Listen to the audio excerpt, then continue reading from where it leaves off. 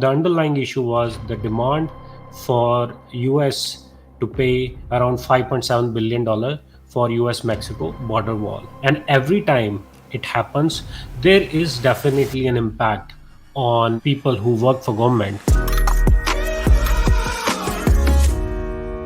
Hi, welcome to Outlier Live.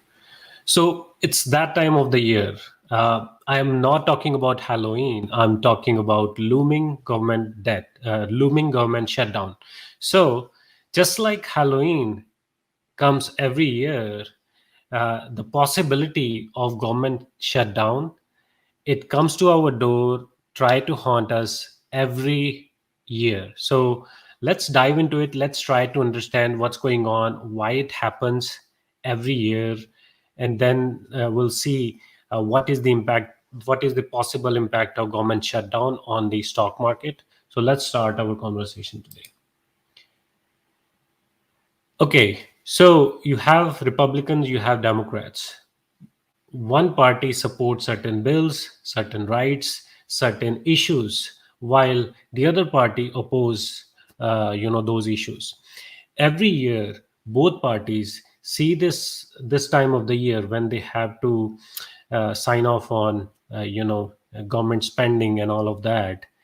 They see this time to negotiate, to push their beliefs, their bills that they support, and try to have other parties sign. So this is the perfect time to negotiate, in my opinion.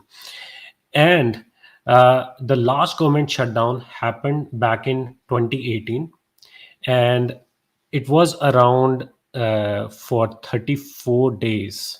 So the last government shutdown happened in 2018, December 2018. And why it happened? Because the underlying issue was the demand for US to pay around $5.7 billion for US Mexico border wall. Before that, it happened same year, 2018, but in January, around January. Again, the underneath issue was the fight over immigration. Before that, if let's go back in time, before that it happened back in 2013, right? When Obama care was the underlying issue, where Republicans were trying to dismantle key parts of Obamacare, and of course Democrats were against it. So that was the underlying issue of why government shutdown happened back in 2013 for around 16 days. And every time it happens, there is definitely an impact on people who work for government, right? So their paychecks, they get really jittery, because of course they don't get paid during that time. And then there are some other impacts also.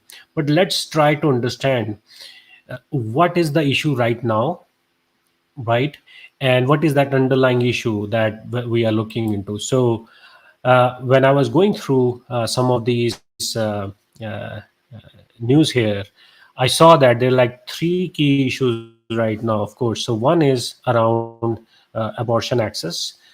Second was around Biden administration's climate initiative to undo that $11 billion bill, I believe.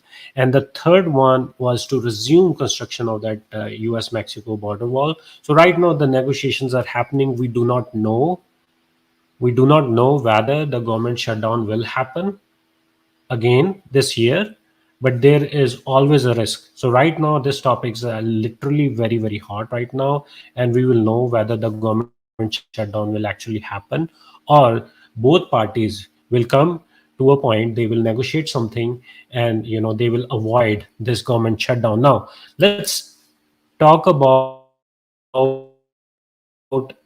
the risk, right? So of course there is a risk of a lot of these federal workers not getting paid, right, during that time.